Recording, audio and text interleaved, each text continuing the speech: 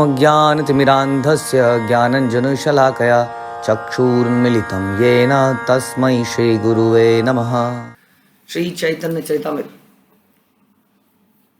तो बहुत ही अद्भुत व्याख्याएं हमने सुनी, उसके कई सारे मतलब हमने सुने और इस प्रकार से आत्माराम श्लोक के सारे अर्थ हमारे सामने निकल के आए और इससे पता चलता है कि एक ही वाक्य के कितने मतलब निकल सकते हैं। लेकिन हमने ये भी सुना कि एक ही वाक्य का एक ही निष्कर्ष निकलना चाहिए, सार एक ही निकलना चाहिए। बोलने वाला कभी भी है ना, डुअल बातें जो बोलता है वो तो बोलने वाला ही सही व्यक्ति नहीं है। डुअल पर्पस, डुअल मीनिंग की बातें तो भगवान ने एक ही तरह का निर्देश दिया है, लेकिन सुनने वाले समझने वाले उसके अलग अलग मीनिंग निकाल कर इतने अलग अलग तरह के धर्म बना लेते हैं।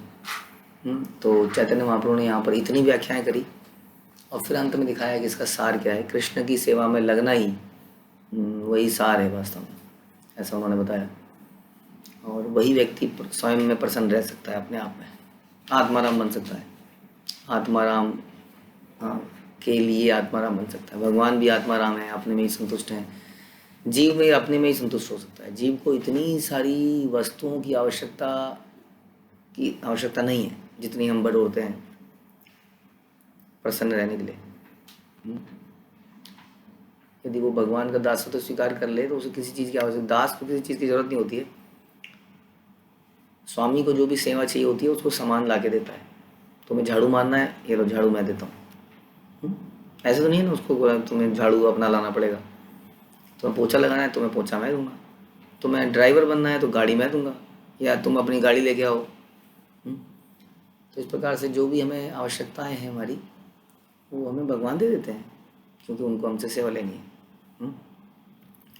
तो सनातन गोस्वामी को ये सब बताया और सनातन गोस्वामी अब सेवाओं पे मेडिटेट करते पूछते हैं कि आपने मुझे कुछ और भी इंस्ट्रक्शन दी है, उसके लिए मुझे बताएं कि मैं इसको कैसे कर पाऊँगा, because I am not eligible. Yes, ये भावना, ये तुच्छता की भावना आप देख रहे हैं सनातन गोस्वामी के अंदर।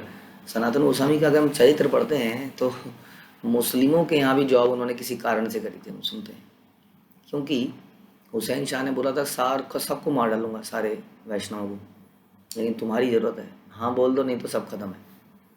और उसके बाद भी हम देखते हैं कि उनके यहाँ काम करते हुए भी उन्होंने पूरा भक्ति का प्रोसेस चालू रखा था। हाँ, राम केली को उन्होंने वृंदावन बना दिया था। जैसे कि आजकल देश और विदेश में हम लोग जगह जगह पर वृंदावन का रेप्लिका बना रहे हैं, है ना, राधा कुंड, श्याम कुंड, यमुना इत्यादि इत्यादि, गोवर्धन, जगह जगह पर। तो उन्होंने भी इसी तरह का एक सेटअप बना दिया था। और किस तरह से वो हुसैन शाह की सत्ता से निकल कर भागे, आपने ये भी देखा। सनातन गोस्वामी ने क्या क्या नहीं किया, जेल में बंद हुए, अरूप गोस्वामी कैसे निकल के चले गए। तो इस प्रकार से ये लोग कभी भी तुच्छ नहीं थे, कभी भी नहीं थे। आप जानते ही ये मंजरियाँ हैं, रूप मंजरी, ये तो मंजरियाँ ही हैं स्वयं, ये कैसे बद्ध हो सकती हैं। लेकिन फिर भी ये जो तुच्छता का भाव है यही दिखाता है कि वैष्णव कितना उन्नत है।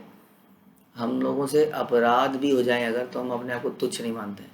इवन बड़े से बड़ा अपराध करने के बाद भी हमें लगता है कि यस आई एम राइट, मैं क्या करता। हम संसार में बोलते हैं ना, कई लोगों को हमने सुना है, क्या करता मैं, इसी माहौल में पला बड़ा हुआ हूँ। बहुत ही आसानी से हमने बोल दिया कि मैं इस माहौल में पला बड़ा हूँ इसलिए मैं ऐसा हूँ। ऐसा बोलने का अधिकार नहीं है किसी का भी। हाँ, फिर तो प्रहलाद महाराज क्या बोलें फिर, जहाँ पे उनको पढ़ाई ही लिखाई ही ऐसी करी जाती थी, कपटता कैसी करी जाए, साम दाम दंड भेद कैसे करा जाए इत्यादि, कैसे राक्षस सुपीरियर हैं, कैसे देवता तुच्छ हैं, कैसे नारायण जो है अधम है, ऐसी शिक्षाओं में पलते हुए वो व्यक्ति ऐसा निकला है। ऐसे बहुत एग्जाम्पल है, एक नहीं है। तो इसलिए केवल ये कह देना कि हम क्या करते, मजबूर हो गए, सिचुएशन ऐसी हो गई, इट्स नॉट गुड। पश्चाताप, रिपेंटेंस, ये हमारे अंदर तुच्छता ले आता है। आई am not eligible for anything, जैसे सनातन गोस्वामी यहाँ पर कर रहे हैं। कैसे मैं करूँगा ये सब, मैं जानता ही नहीं हूँ कुछ, सब कुछ तो जानते ही ऑलरेडी। सूत्रकरी दिशा यदि करह उपदेश, आपने करह यदि हृदय प्रवेश। तो 326 प्रयार संख्या में कहते हैं कि सनातन गोस्वामी निवेदन करते हैं कि कृपया आप मुझे स्वयं बताएं कि मैं वैष्णव आचरण के विषय में इस कठिन ग्रंथ को कैसे लिखूं, कृपया आप मेरे हृदय में प्रकट हों। तो वैष्णव आचरण बहुत सिंपल चीज़ नहीं है। कई बार हम सोचते हैं वैष्णव आचरण मतलब हो गया धोती कैसे पहननी है, तिलक कैसे लगाना है, प्रसाद कैसे पाना है, बैठना कैसे है, साड़ी कैसे पहननी है, धोती, ये सब कैसे हो गया जी, ये वैष्णव आचरण। वैष्णव आचरण तो बहुत ही डीप सब्जेक्ट है।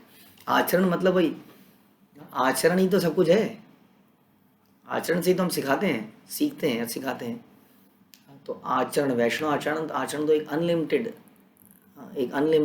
ज्ञान है वास्तव में। जो भी हम अपने आचरण में अपनाना चाहते हैं वही वैष्णव आचरण है। कोई सिंपल विषय नहीं है। हम देखते हैं बहुत ही जटिल है। कब कौन सा वैष्णव को क्या बुरा लग जाएगा, मेरा आचरण कैसा होना चाहिए, मेरी सोच कैसी होनी चाहिए, मेरी चाल कैसे होनी चाहिए, मेरी हंसी कैसे होनी चाहिए। कितनी बातें आदमी सोचता है। कई बार लोग कहते हैं तो ज़्यादा ही हो रहा है, कुछ इतना थोड़ी सोचा जाता है। अब वैष्णव आचरण यहाँ होता है बड़ा ही जटिल विषय है। अब हमें तो नहीं लगता, वैष्णव आचरण की पुस्तक आती है एक पतली, ज़्यादा मोटी पुस्तक नहीं है, उसमें सिखा देते हैं बैठना कैसे है डीटीज़ के आगे, खड़ा कैसे होना है, कपड़े कैसे पहनने हैं, बस। तो यही है सब वैष्णव आचरण। बस यहाँ ही कह रहे हैं इतना कठिन विषय है, हमने तो किताब पढ़ भी लिया, हमें तो समझ में भी आ गई, रट भी गया। तो आचरण ही तो सब कुछ है। इसलिए बहुत ज़्यादा वैष्णव क्या होता है, वैष्णव का गुण है कि वो बड़ा सेंसिटिव होता है, बड़ा सोचता है, विचार करता है। नित्य कोई चीज़ें, नई चीज़ें सीखता है, क्योंकि वो बड़ा ऑब्जर्वेटिव है। कैसे दूसरे वैष्णवों को देखता है, ये कैसे बिहेव कर रहे हैं। इन बिटवीन उसको ऐसे वैष्णव भी दिखते हैं जो कि परम वैष्णव कल्चर नहीं दिखा रहे हैं। उनसे नहीं सीखता है। क्योंकि कई बार क्या होता है कि हमारे सामने बहुत ही फेमस पर्सनैलिटीज़ आती हैं, उन फेमस पर्सनैलिटीज़ में कोई ऐसी चीज़ है जो हमने जो पढ़ी है, सीखी है, उसके अनुसार नहीं है। लेकिन क्यों? क्योंकि हम उन फेमस पर्सनैलिटीज़ को फॉलो करते रहते हैं, तो हमारे अंदर भी वही आता है। कई लोग बहुत ही अग्रेसिव होते हैं और उस अग्रेशन के कारण हम देखते हैं कि वो कई बार बहुत फेमस हो जाते हैं संसार में। Their fan followers are in millions. और हम कभी इन्फ्लुएंस हो जाते हैं, वाह क्या बढ़िया है, और हम उनको देखने और सुनने लगे। ध्यान रखिए, we don't want to become famous. इस संसार में फेम भी हमें बांध सकता है। All we have to do is, जैसे हम सुनते हैं कि हमें पतली गली से निकल जाना है। कहीं पर दो सांड अगर लड़ रहे हो, अगर आप उसमें कई बार बीच में घुस जाओ तो आपका कचूमर निकल जाएगा। बेस्ट है कि साइड में से निकल जाया जाए। बहुत सारे लोग हैं जो सुनना चाह रहे हैं, सीखना चाह रहे हैं। अननेसेसरी पछड़ों में पड़ने की कोई लाभ नहीं है। उसी तरह से बहुत फेमस होने का कोई लाभ नहीं, इसलिए हम बता रहे हैं। ऐसा होता है, अक्सर हमने देखा ऐसा होता हुआ कि कई लोग, जैसे हम देखते हैं कई बार कई म्यूज़िकल इंस्ट्रूमेंट बजाने वाले, गाने वाले, या कई फेमस बोलने वाले, इनकी फ़ैन फॉलोइंग ज़बरदस्त है। लेकिन हम देखते हैं उनकी वेशभूषा और कई सारी आचरण, सौम्यता हमें उनके अंदर नहीं दिखती है। लेकिन होता क्या है, अगर आप किसी व्यक्ति को ऑब्जर्व करते रहो, सुनते रहो, देखते रहो, तो उसके गुण आपके अंदर आने लगते हैं। इफ़ यू आर, है ना, इसी को तो कहते हैं फ़ैन बन जाते हैं ना उसके। तो फ़ैन बनने में हमने देखा नहीं कि संसार में लोग जैसे बड़े बड़े फिल्म एक्टर के फ़ैन अगर होते हैं तो वैसे ही बोलने का स्टाइल हो जाता है उनका, इतना दिमाग में बस जाता है। इसलिए ध्यान रखिए, वैष्णव आचरण बड़ा इंपॉर्टेंट है। सुनिए, शास्त्रों को पढ़िए और उसमें कैसा आचरण लिखा है वो वही करना है, वही करने का प्रयास करना है। हम देखते हैं इस्कॉन के बड़े बड़े जो महाराज हैं, जो गोपाल कृष्ण गोस्वामी महाराज, हम देखते हैं आचरण, इसको कहते हैं आचरण। You want to follow, then follow these personalities जिनका, और उनका आचरण देखिए। कई बार हम देखते हैं कि ऐसी पर्सनैलिटीज़ के लेक्चर का व्यू होते हैं माना 2000 10,000, और कई दूसरे पर्सनैलिटी के व्यू होते हैं 1 लाख 10 लाख। ध्यान रखिए, इसलिए मैं कह रहा हूँ आचरण ज़्यादा इंपॉर्टेंट है, क्योंकि उनको सुनने से वैसा ही मेंटेलिटी हो जाती है जैसा मैं बता रहा हूँ। Many people are very aggressive. अब कई लोग मैंने ऐसा देखा है जो बहुत फेमस हो चुके हैं, लेकिन वो कृष्ण के बारे में कुछ नहीं बोल रहे हैं। although they are from, maybe they may be having many reasons, purposes, उनके कुछ और पर्पस हो सकते हैं जो कि उनको उनके सीनियर अथॉरिटी ने बताया होगा। बट वी हैव टू सी कि जहाँ पर बहुत ही लच्छेदार बात हो रही है, but we are not talking about Krishna, तो क्या लाभ है हमारे लिए? नए व्यक्ति के लिए लाभ हो सकता है, they get attracted to International Society for Krishna, they get attracted. और ये तो इस्कॉन के लोग हैं, क्या बोलते हैं, बहुत बढ़िया, आई एम गेनिंग, मैं लाइफ में पढ़ाई अच्छी कर पा रहा हूँ, नौकरी अच्छी कर पा रहा हूँ। They have different purposes. तो नए लोगों के लिए अच्छा है, हो सकता है, लेकिन हमें सोचना पड़ेगा कि क्या इनको हमें सुनना है या किसको सुनना है। इसलिए कहते हैं कि आचरण, फिलॉसफी जो एग्जैक्टली करने की कोशिश कर रहा है उसका अगर हम सुनेंगे, थोड़ा इंपॉर्टेंट है। सनातन गोस्वामी कह रहे हैं ये बड़ा ही जटिल विषय है, कठिन ग्रंथ है। देखिए, हाँ, इन्होंने और क्या क्या षड संदर्भ न जाने क्या क्या लिखे हैं सनातन गोस्वामी ने, बट ये किसको कठिन बता रहे हैं? वैष्णव आचरण, जो मैंने कहा जो हमारे लिए छोटी सी एक किताब है इस्कॉन में मिलती है, उसके लिए कह रहे हैं कृपया आप मेरे हृदय में प्रकट हो। तो कितना गहरा विषय ये होना चाहिए, ये हमारे सोचने का सब्जेक्ट है। वैष्णव साहित्य का लेखन सामान्य व्यक्तियों का कार्य नहीं है। वैष्णव साहित्य मानसिक कल्पना नहीं है, ये सब प्रमाणिक साहित्य है जो वैष्णव बनने वाले के मार्गदर्शन हेतु होते हैं।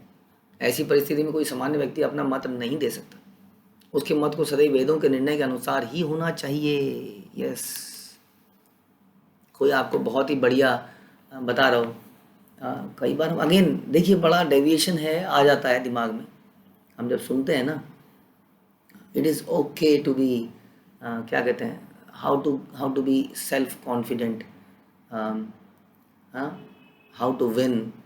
कई बार हमारे भक्तों के माध्यम से भी ऐसे ऐसे चीज़ें आती हैं। दया, क्योंकि ये बड़े कंपैशन पैदा करती है हृदय में, दया। अब वो दया में क्या बोल रहे हैं, बड़ा इंपॉर्टेंट है। संसार में लोग बड़े दयालु हैं, हम देखते ही हैं। कहीं किसी को चिड़िया को दाना डाल रहे हैं, कहीं कुछ कर रहे हैं, कहीं कुछ कर रहे हैं। दूसरों के लिए जीना, ये सब अच्छे कॉन्सेप्ट है, बट वैष्णव जो बन चुका है उसके लिए तो बड़े गहरे कॉन्सेप्ट हैं ये सारे। दया बड़ा गहरा कॉन्सेप्ट है। जब शिला प्रभुपाद का मैंने ये पहला कॉन्सेप्ट सुना था पहली बार, अहिंसा, तो मैं तो हिल गया था। हाँ, अहिंसा, उन्होंने कहा जो प्रचार नहीं करता वो हिंसक है। कितना डिफरेंट एग्जाम वो है, ये एक्सप्लेनेशन। जो प्रचार नहीं कर रहा वो हिंसक है, इसलिए कहते हैं जनरल मीनिंग से बड़ा अच्छे लगते हैं कानों को सुनने में, लेकिन जब आचार्यों के मीनिंग सुनते हैं तो समझ में आता है अरे ये है। इसलिए सब स्टैंडर्ड चीज़ों के लिए क्यों कब तक जीवन जीते रहेंगे? सब स्टैंडर्ड जीवन तो जी रहे हैं अब तक। स्टैंडर्ड क्या है? शास्त्र स्टैंडर्ड है। सब स्टैंडर्ड क्या है? जो शास्त्र के अनुसार नहीं है वो सब स्टैंडर्ड है, सिंपल।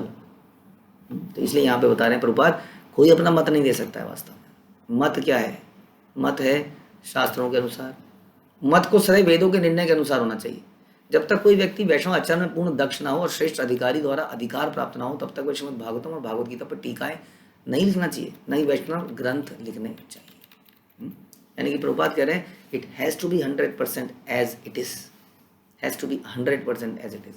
अगर शास्त्रों में कुछ डोंट्स लिखे हैं, we can not do that, ये समझना पड़ेगा। और जो ऐसा कर रहा है उसी को फॉलो करेंगे तो हमारे आचरण में चेंज आएगा, तो भगवान की प्रसन्नता इसमें आएगी।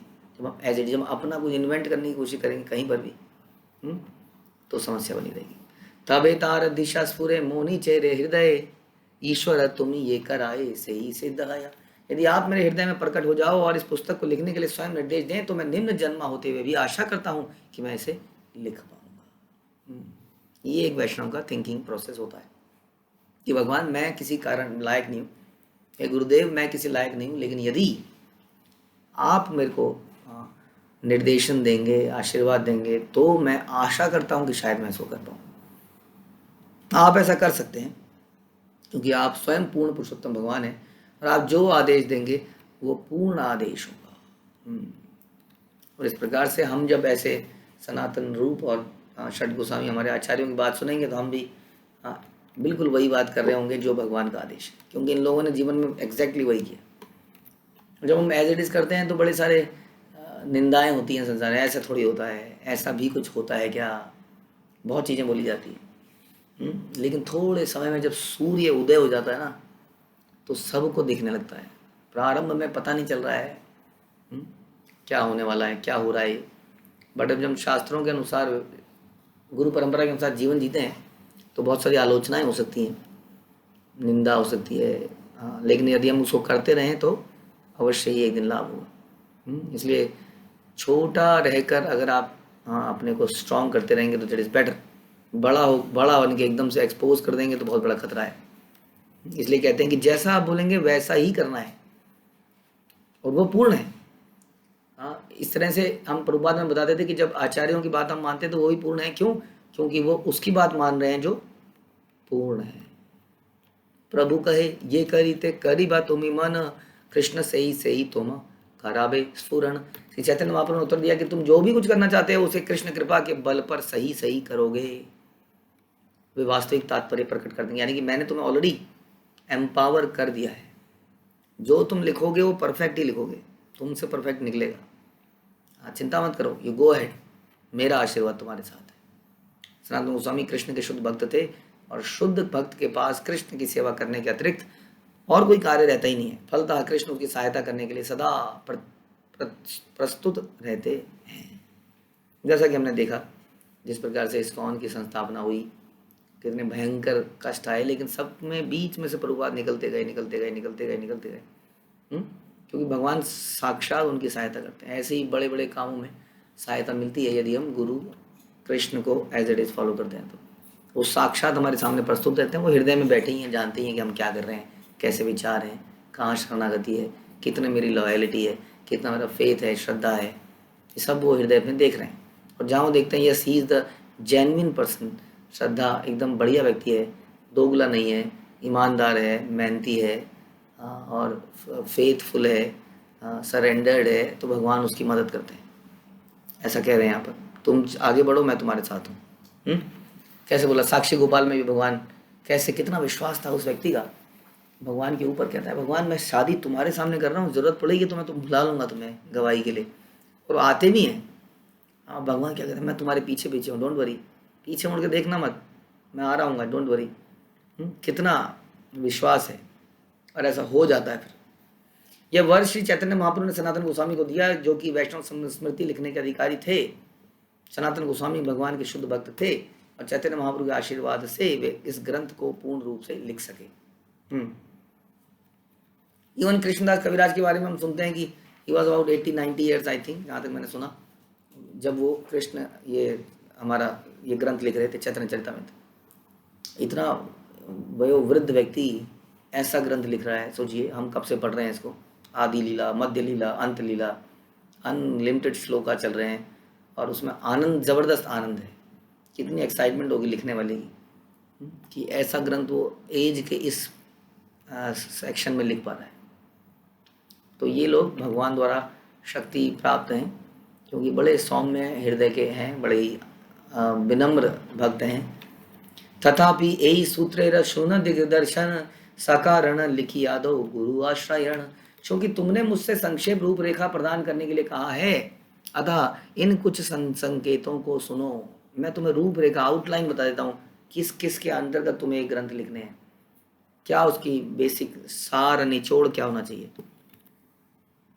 प्रारंभ में तो ये बताओ कि प्रामाणिक गुरु की शरण में किस तरह जाना चाहिए। ये देखिए, लोग कहते हैं कि गुरु की आवश्यकता नहीं है, लोग कहते हैं गुरु तो एक सीढ़ी है, ऊपर चढ़ो सीढ़ी को फेंक दो। बेटे सीढ़ी में से उतरना भी तो पड़ेगा, ऐसे कूदना पड़े, कूदेगा तो हड्डी टूट जाएगी। यू नीड दैट, इसलिए कहते हैं भक्ति लता बीज, भक्ति एक लता है, लता एक तने के सहारे से ऊपर चढ़ती है। आप कहोगे अब तो मैं ऊपर चढ़ गई, अब तने की क्या आवश्यकता है, बहुत बड़ी आवश्यकता है। तना नहीं होगा तो किसी भी आंधी में लता कहाँ की कहाँ पहुँच जाएगी, तने से लिपटी रहेगी तो बची रहेगी। You can never say that I don't need the गुरु परंपरा नाउ, क्योंकि अब मैंने भगवान को प्राप्त कर लिया है। ऐसा हम सुनते नहीं है। सबूरी का एक ज़बरदस्त एग्जाम्पल आता है, लोग इतने शास्त्रों को पढ़ते हैं, अब फिर भी न जाने क्या उनकी नॉलेज है। सबूरी का एग्जाम्पल सुनिए कि सबरी जो है, जान राम को प्राप्त करने के बाद राम जी उससे बोलते हैं क्या वरदान चाहिए। वो बोलती है जी मेरे गुरु चले गए हैं इस आश्रम में मुझे अकेला छोड़ के, उन्होंने बोला था कि आप एक दिन आएंगे, अब मैंने आपकी सेवा करी, मेरा जीवन धन्य हो गया, मैंने आपको प्राप्त कर लिया, लेकिन मैंने आपको भगवान गुरु की उससे प्राप्त किया था, अब मैं वहीं जाकर गुरु के संरक्षण में आपकी सेवा करना चाहती हूँ, तो please send me to that लोका जहाँ पर मेरे गुरुदेव गए हैं। बताइए, सबरी की कथा हर कोई सुनता है दुनिया में। सबरी सबरी कितना नॉन डिवोटी जैसे व्यक्ति भी सबरी की कथा सुन के आनंदित हो जाते हैं, लेकिन उसका कितना विश्वास था अपने गुरु के ऊपर, अद्भुत विश्वास। बोला जी एक दिन आएंगे, किस दिन आएंगे पता नहीं कब आएंगे, आएंगे बस एक दिन। हाँ, और जब आएंगे तब आप सड़क साफ करें, लोगों को धूल उड़ा दोगे उनके ऊपर सारी। हाँ, कोई मेहमान आए तो उस वक्त आप झाड़ू लगाओगे घर के अंदर। बताइए, ओके थोड़ी देर बैठिए बैठिए, जरा मैं झाड़ू लगा लूँ, जरा मैं फूल लगा लूँ, आप थोड़ा बैठिए, ऐसा तो नहीं है। इसलिए वो रोज़ ही उनके आने से पहले ही सड़क, वो मिट्टी वाला आश्रम सारा उसको साफ करना, लिपाई करना, गोबर की, फूल गिराना, फूल चुग के लाना, फूल गिराना, पानी बिखेरना, ये सारे काम रोज करती है। क्यों? क्योंकि गुरु पे विश्वास है कि एक दिन आप आएंगे ऐसा। और कब आएंगे? नो नो आइडिया कब आएंगे। आ जाएंगे, 1 साल बाद आएंगे, रोज करना है, इतना विश्वास था उनको। और जब आते हैं तो प्राप्त धन हो जाती है, और धन होके कहती है लेकिन मैं सेवा तो उनके संरक्षण में ही करूंगी, क्योंकि अदरवाइज मैं अकेले सेवा करने लगूंगी तो मैं कितने दिन चल पाऊंगी। मेरा मन तो विचलित हो जाएगा, पता नहीं क्या करने लग जाएगा। इसलिए यहाँ पर चैतन्य महाप्रभु स्वयं सनातन गोस्वामी बता रहे हैं कि सबसे पहले ये लिखो कि प्रमाणिक गुरु की शरण में किस तरह जाना चाहिए। गुरु लक्षण शिष्य लक्षण दोहर परीक्षण, सेव्य भगवान सर्व मंत्र विचारण। तुम्हारी पुस्तक में प्रमाणिक गुरु तथा प्रमाणिक शिष्य दोनों के लक्षण दिए जाने चाहिए। तब गुरु स्वीकार करने के पूर्व मनुष्य गुरु की स्थिति के विषय में आश्वस्त हो सकता है। यस, बताना तो पड़ेगा ना कैसे इस चीज़ को टेस्ट किया जाए कि ये ओरिजिनल है। हम देखते हैं ना वो लोगो है, होलोग्राम क्या कहते हैं उसको, चमकीला चमकीला सा कागज़ लगा है, बताइए ये लगाए थे ओरिजिनल है। हाँ, ये लिखा होगा जी देखो इसमें ये छपाई हो रखी होगी तो ओरिजिनल है। बहुत सारे डुप्लीकेट आ गए हैं, कई चीज़ें लिखती है कंपनियाँ हम प्रोडक्ट को सही जांचने के लिए, फिर हम भी कई चीज़ों को मिलाते हैं, कोई कभी किसी चीज़ में कोई केमिकल मिलाते हैं, तब पता चलता है ये ओरिजिनल है कि नहीं है। तो ओरिजिनल के मापदंड बनाने वाले को देने पड़ेंगे, मैन्युफैक्चरर को, तभी लोग पहचान पाएंगे कि ये सही चीज़ है। इसलिए भगवान यहाँ बता रहे हैं सनातन गोस्वामी को कि गुरु बड़ा इम्पोर्टेंट है, लेकिन हर कोई तो गुरु नहीं है, इसलिए आप उसके बारे में लिखिए कि हु इज़ गुरु। कैसे पता चलेगा कि ये प्रमाणिक है? तब जाके कोई आश्वस्त होगा, और एक बार आश्वस्त हो जाए तो उसको शरणागति कर देनी चाहिए।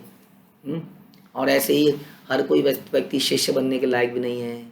शिष्य के अंदर श्रद्धा, समर्पण, फेथफुलनेस बड़ी बेसिक चीज़ें हैं। नहीं, हम तो नहीं कह रहे उसको पूर्ण ज्ञान होना चाहिए, लेकिन उसके अंदर 1-2 क्वालिटी तो जरूर होनी चाहिए।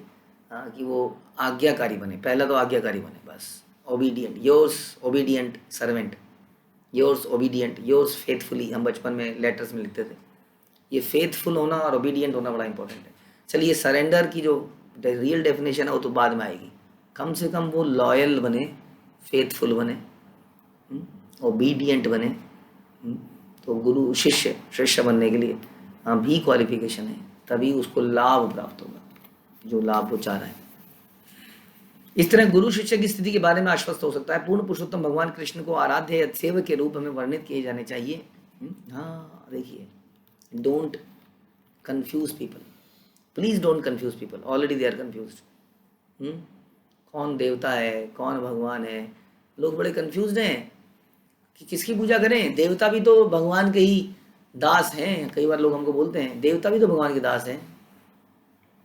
कई लोग कहते हैं गोपियों ने माँ कात्यायनी की पूजा करी तो क्या दिक्कत है कि मैं अगर किसी देवता की पूजा करूं भगवान को प्राप्त करने के लिए। इन्हीं सब चीज़ों को दूर करने के लिए चैतन्य महाप्रभु सनातन गोस्वामी को लिखा कि भगवान ने बोला है उनको, देखिए यहाँ पर पूर्ण पुरुषोत्तम भगवान कृष्ण को आराध्य या सेव्य के रूप में वर्णित किया जाना चाहिए। हाँ, एकला ईश्वर कृष्ण। और इसके अलावा किसकी पूजा कर सकते हैं? गुरु परंपरा की पूजा कर सकते हैं। जैसे आपके ऑल्टर में भगवान के अलावा कौन है? ओनली एंड ओनली गुरु परंपरा। क्योंकि गुरु परंपरा के माध्यम से भगवान मिलते हैं, और किसी की नहीं है। देवी देवता, सूर्य देव से बड़ा कौन भगवान का भक्त है बताइए? बहुत बड़े भक्त हैं सूर्य देव। गीता में उनका नाम आता है कि मैंने ये ज्ञान पहले सूर्य देव को दिया, उन्होंने अपने पुत्र विवस्वान को दिया, इत्यादि, मनु को दिया, और उसके बाद में आगे जाके इक्ष्वाकु को मिला इत्यादि। सूर्य कितना एलिवेटेड डिवोटी है, हम शास्त्र में पढ़ते हैं सूर्य के बारे में। इस तरह से बहुत सारे डिवोटीज हैं जो भगवान की अनंत अनंत सेवा करते हैं, लेकिन हम उनकी पूजा नहीं करते हैं ना उनके प्रति हम ऐसा तो नहीं सीखा। गुरु परंपरा अलग अलग है, रुद्र संप्रदाय अलग है, वी नो दैट। रुद्र संप्रदाय अलग है, शिव जी की संप्रदाय अलग है, Rudra Sampradaya, the different sampradaya all together. तो इसी को कहते हैं yours faithfully, yours obedient. We have to understand कौन आराध्य है, और है ना, उन्हीं की पूजा करनी है। उनकी पूजा हम गुरु के माध्यम से करते हैं, बिकॉज वी नो कि गुरु हमारी भगवान हमारी पूजा को एक्सेप्ट नहीं करेंगे डायरेक्टली। देयरफॉर हम ऑल्टर के अंदर गुरु को स्थापित करते हैं, इसलिए हम गुरु को बुलाते हैं, पहले पुकारते हैं। संसार गाव नल लीड लोक त्राणाय कारुण्य गणागनत्वं प्रपतस्य कल्याण गुणाणवस्य वंदे गुरु श्री चरणारविंदम। लोग कहते हैं देखो तुम भगवान गुरु की पूजा कर रहे हो, गुरु की पूजा नहीं है, गुरु का आह्वान है, पूजा है, दोनों ही है, आह्वान है basically. Please I am not eligible, you come and you serve Radha Madhav, हम एलिजिबल नहीं है। तो इस तरीके से लेकिन अगर हम किसी और की पूजा करते हैं, सूर्य देव की पूजा करते हैं माना, ये सोच के कि वो भगवान है, ऐसी संस्तुति नहीं करी गई है क्योंकि वो हमारी परंपरा में नहीं है। Is a great devotee we know, Hanuman ji is a great devotee we know, Shiv ji is a great devotee we know, लेकिन हम उनकी पूजा नहीं करते हैं क्योंकि हमारी अपनी परंपरा है। And we definitely lot of respect है, रिगार्ड है उनके लिए। हम उनके मंदिरों में जाते हैं तो डेफिनेटली बहुत हृदय से प्रणाम करते हैं। हम रामायण पढ़ते हैं तो हृदय, कौन किसी ने बताया हमको, हम आज इतने नॉलेजेबल हो गए, हमारी परंपरा से ही हमें पता चला वैष्णव नाम यथा शंभु, कई बार हम बोलते हैं वैष्णव नाम यथा शंभु, अरे यहीं आके तो पता चला। हनुमान जी की महिमा का जब शास्त्रों से हमने सुना तब समझ में आया। अभी तक संसार में तो बजरंग बली की जय सुनते थे, तोड़ दुश्मन की नली जय बजरंग बली, हमने तो यही सुना। भूत पिशाच निकट नहीं आया वे महावीर जब नाम सुना वे, ये हमने सुना। अष्ट सिद्धि नौ विधि के दाता, हमने ये सुना। हाँ कहाँ वैष्णव भक्तों के मुख से जब उनकी महिमा को सुना कि वो कैसे भक्त हैं थे, वो उनके निष्कर्ष, तब समझ में आया वो yes they are something different really servants. ऐसा बनने का प्रयास करना चाहिए। नवता भक्ति में सुना दास्यता, हनुमान जी तेरा, ये कहाँ सुना हमने, ये अपनी परंपरा में ही सुना। उसके बाद हम इतने नॉलेजेबल हो गए कि हमने कहा अच्छा आप ऐसा कर रहे हैं तो क्यों ना मैं शिव जी की पूजा करना शुरू कर दूँ, ही इज ऑल्सो वैष्णव। आप सुना भी यहीं से और निष्कर्ष निकाल लिया और अपनी अलग सिस्टम बना लिया। क्या ऐसा बता रहे हैं यहाँ पर सनातन गोस्वामी को, चैतन्य महाप्रभु नहीं बता रहे हैं, बता रहे हैं कि गुरु की क्या स्थिति है, पहले उसकी स्थिति के बारे में लिखिए।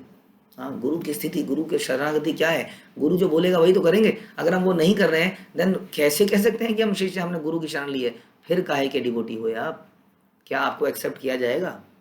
क्या आपको शिव जी, हनुमान जी, कोई भी एक्सेप्ट करेगा? फिर तो आप कहीं के नहीं रहेंगे, वो विल एक्सेप्ट यू। ये देखिए बड़े सीनियर वैष्णव में बता दूं आपको, जितने भी वैष्णव सीनियर होते हैं ना वो बड़े सेंसिटिव होते हैं इस मामले में। जैसे मैं माना यहाँ पे क्लासेस ले रहा हूँ, अगर मेरे पास कोई दूसरी क्लास वाला व्यक्ति आएगा जो किसी और के पास है तो मैं तो 50 बार सोचूंगा कि उसको मुझे लेना है कि नहीं लेना है, क्योंकि आई वुड नॉट लाइक कि मैं किसी और वैष्णव के सिखाए हुए व्यक्ति को बेविल्डर करूं या अपने पास खींचूं, क्योंकि इससे मेरे और उनके रिश्ते खराब हो सकते हैं, इससे उनको बुरा लग सकता है। इसलिए मैं तो हमेशा प्रार्थना करता हूँ कि जहाँ पर आप हैं वहीं पर रहिए। कौन अच्छा लेक्चर दे रहा है, कौन बुरा लेक्चर दे रहा है, इसके बारे में मत सोचिए।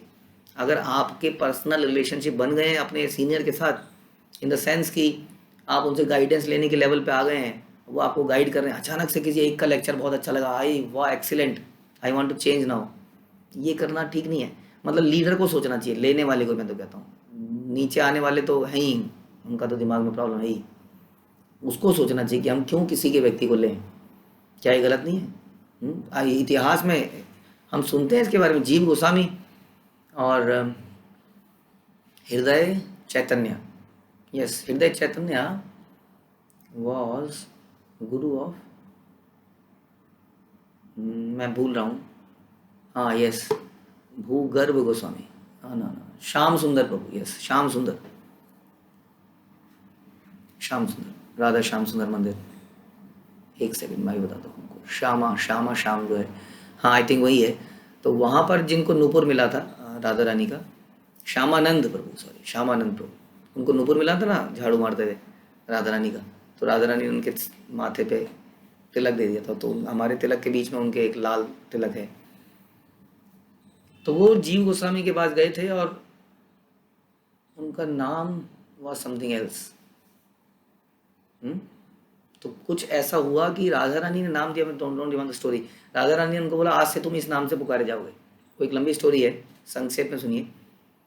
राधा रानी का तुम इस नाम से पुकारे जाओगे, वो जीव गोस्वामी के पास गए, बाद में हृदय चैतन्य उनको लगा कि इन्होंने इसको दीक्षा दे दी है, हाँ ये तो मेरा शिष्य था, इसका नाम भी बदल दिया, तो दीक्षा दे दी, हाँ तो आपस में कन्फ्यूज़न पैदा हो गई। और फिर जीव गोस्वामी ने बहुत उसको क्लैरिफाई किया और फिर बहुत कुछ हुआ, बाद में सब कुछ क्लैरिफाई हुआ, स्वयं राधा रानी का इंटरवेंशन हुआ, इतना हो जाता है। इसलिए हम ऐसा प्रयास करते हैं कि ऐसा हम ना करें, नहीं हमें करने का प्रयास करना चाहिए। कोई व्यक्ति अगर कहीं जुड़ा है तो उसको वहीं जुड़े रहने दो। उसके बड़ा ये सेंसिटिव इशू है। इसलिए मैं ये क्यों बोल रहा हूँ इतना सारा कि शिव जी क्यों आपको लेंगे बताइए, हनुमान जी क्यों लेंगे? वो कहेंगे अरे ये तो वहाँ पे से दीक्षित है, इसने तो वहाँ पे ले रखा है, अब ये मेरे पास आ गया। हाँ, तो सनातन गोस्वामी क्या कहेंगे? अब शिव जी और सनातन गोस्वामी की तो बड़ी अच्छी आपस में लिंकिंग, आप जानते हैं कैसे शिव जी ने एक व्यक्ति को सनातन गोस्वामी के पास भेजा था कि वहाँ पे जाइए, मणि वहाँ मिलेगी या सबसे बहुमूल्य वस्तु वहाँ मिलेगी। शिव जी कहेंगे मेरे रिलेशन खराब कर देगा सनातन गोस्वामी के साथ। हाँ, और हम सोच रहे हैं कि हम उनके भक्त बन रहे हैं। कहने का मतलब है दिस इज कॉल्ड लॉयल्टी। एक शिष्य के अंदर भी कुछ क्वालिफिकेशंस, कुछ क्वालिटीज होनी चाहिए, नहीं तो कहीं कभी नहीं रहेगा वो। ये बात बिल्कुल क्लियर है। पूर्ण पुरुषोत्तम भगवान कृष्ण को आराध्य के रूप में स्थापित किया जाना चाहिए। कोई एम्बिग्यूटी नहीं कि और कोई सेवा नहीं, ओनली कृष्ण। और तुम्हें कृष्ण, राम या भगवान के अन्य किसी अंश की पूजा के बीज मंत्र पर विचार करना चाहिए। कैसे इनके बीज मंत्र बोले जाएं? बीज मंत्र होते हैं यार डीटीज के, कुछ शब्दों के साथ उनको बोला जाता है। तो कहता है कि इस प्रकार से तुम सिद्धांत देखो, ये है वैष्णव सदाचार। पद्म पुराण में प्रमाणिक गुरु के लक्षणों का वर्णन हुआ है। गुरु को भक्ति के सर्वोच्च पद पर स्थित होना चाहिए। भक्तों की 3 कोटियां होती हैं। गुरु को सर्वोच्च कोटि से स्वीकार करना चाहिए। उच्च कोटि का भक्त सभी तरह के गुरु लोगों का गुरु होता है। कहा गया है कि सारे मनुष्यों का गुरु होता है। गुरु किसी विशेष समूह विशेष तक ही सीमित नहीं होता। पंडितों का गुरु, इसका गुरु, उसका गुरु। रूप गोस्वामी कृत उपदेशामृत में कहा गया है कि गुरु गोस्वामी होता है, अर्थात इंद्रियों और मन का नियंत्रक होता है। ऐसा गुरु विश्व भर में शिष्य बना सकता है। पृथ्वी स शिष्यात, यही इस गुरु की परीक्षा है। सभी का गुरु। भारत में ऐसे तथाकथित अनेक गुरु हैं जो किसी जनपद या प्रांत तक ही सीमित हैं। हम नहीं, इससे बाहर नहीं जाएंगे। वे भारत तक का भ्रमण नहीं करते। फिर भी वे अपने आप को जगत गुरु घोषित कर लेते हैं। एक जगह पर बैठे बैठे जगत गुरु बन जाते हैं। ऐसे प्रवंचक गुरुओं को स्वीकार नहीं करना चाहिए। प्रमाणिक गुरु जिस तरह विश्व भर में शिष्य बनाता है, इसे कोई भी देख सकता है। गुरु योग्य ब्राह्मण होता है, अतः वह ब्रह्म तथा परमात्मा पर ब्रह्म को जानता है। इस तरह वह परब्रह्म की सेवा में अपना जीवन लगा देता है। जो प्रमाणिक गुरु विश्व भर में शिष्य बनाता है, वह अपने गुणों के कारण विश्व भर में पूजा जाता है। एबे यश घोषुक त्रिभुवन। संसार के लोग उसको भगवान के समान पूजते हैं। उसे ये सारे सम्मान इसलिए दिए जाते हैं क्योंकि वह ब्राह्मण नियमों का पूरी तरह पालन करता है और अपने शिष्यों को इन नियमों की शिक्षा देता है। ऐसा व्यक्ति आचार्य कहलाता है क्योंकि वह भक्ति के नियमों को जानता है, स्वयं उन्हीं के अनुसार आचरण करता है और अपने शिष्यों को अपने पद चिन्हों का अनुसरण करने की शिक्षा देता है या प्रेरणा देता है। क्योंकि जब वो खुद फॉलो करता है तो प्रेरणा मिलती है। Yes, we should also be doing this. इस तरह वह आचार्य या जगत गुरु बन जाता है। कोई भले ही ब्राह्मण कुल में उत्पन्न हुआ हो, यज्ञ करने में दक्ष हो, किंतु यदि वह दृढ़ वैष्णव नहीं है तो उसे गुरु नहीं स्वीकारा जा सकता। गुरु योग्यता के बल पर ब्राह्मण होता है और वह अन्यों को शास्त्रीय सिद्धांतों, ब्राह्मण गुणों के आधार पर ब्राह्मण बना सकता है। तो ब्राह्मण वंश के अनुसार नहीं होता है। हाँ, बच्चे का। श्रीमद् भागवत में नारद मुनि महाराज युधिष्ठिर को बताते हैं कि ब्राह्मण क्या है। बताते हैं कि यदि क्षत्रिय, वैश्यों या शूद्रों में ब्राह्मण गुण पाए जाएं तो उसे ब्राह्मण के रूप में स्वीकार कर लेना चाहिए, चाहे वो जन्म से क्षत्रिय क्यों ना हो। इस प्रसंग में श्रील श्रीधर स्वामी की टिप्पणी है कि यह निर्णय करने के लिए कि किसी के साथ ब्राह्मण या किसी अन्य वर्ण जैसा व्यवहार किया जाए, सबसे महत्वपूर्ण क्या है कि उसमें आत्म संयम या ऐसे ही ब्राह्मण के गुण उपस्थित हैं कि नहीं। क्षमा, दमा, तपः, शौचम, शांतिम, आर्जमेव च, हम सुनते हैं। कैसे ब्राह्मण के गुण क्या हैं? तो आत्म संयम। हमें जन्म जैसे बाहरी लक्षणों के अनुसार ये निर्णय नहीं लेना चाहिए। यह भागवत के यस्य से प्रारंभ होने वाले श्लोक में वर्णित है। यदि एक वर्ण के गुण किसी दूसरे वर्ण में उत्पन्न दिखते हैं तो उसका पद उन गुणों के अनुसार मानना चाहिए, जन्म के अनुसार नहीं। महाभारत के भाष्यकार नीलकंठ ने भी ऐसा ही व्यक्त दिया है। कोई भी भले वो शूद्र कुल में क्यों ना जन्मा हो, किंतु यदि उसमें शम, मन का संयम इत्यादि ब्राह्मण गुण पाए जाएं तो उसे ब्राह्मण के रूप में स्वीकार करना चाहिए। इसी तरह ब्राह्मण कुल में उत्पन्न व्यक्ति यदि काम इत्यादि गुणों से युक्त है तो उसे शूद्र मानना चाहिए। ब्राह्मण कुल में उत्पन्न होने के आधार पर ही किसी को अपने आपको ब्राह्मण रूप में प्रस्तुत नहीं कर लेना चाहिए। यदि हमारे अंदर काम इच्छाएं हैं तो हमें यहाँ बोल रहे हैं शूद्र मानना चाहिए। निरंतर हमारे दिमाग में यही चलता रहता है। तो हम शूद्र की अवस्था में हैं। उसे शास्त्रों में विशेषतः भगवदगीता में उल्लिखित ब्राह्मण गुणों से मंडित होना चाहिए। शांति प्रियता के देखिए आएगी, शमो दमा तपा शौचम शांति मार्जमेव च ज्ञानम विज्ञानम आस्तिक्यम ब्रह्म कर्म स्वभावजम। ये हैं ब्रह्म के गुण। शांति प्रियता, आत्मसंयम, तपस्या, शुद्धता, सहनशीलता, सत्यनिष्ठा, ज्ञान, विज्ञान, धार्मिकता। ब्राह्मण इन गुणों के द्वारा कार्य करते हैं, ये समझने का विषय है। तो इस परपट को हम आगे जारी रखें, क्योंकि बहुत लंबा परपट प्रभुपाद ने बहुत ही डिटेल में इसको समझाया है। तो इसको समझेंगे क्योंकि ये बड़ा ज़रूरी है।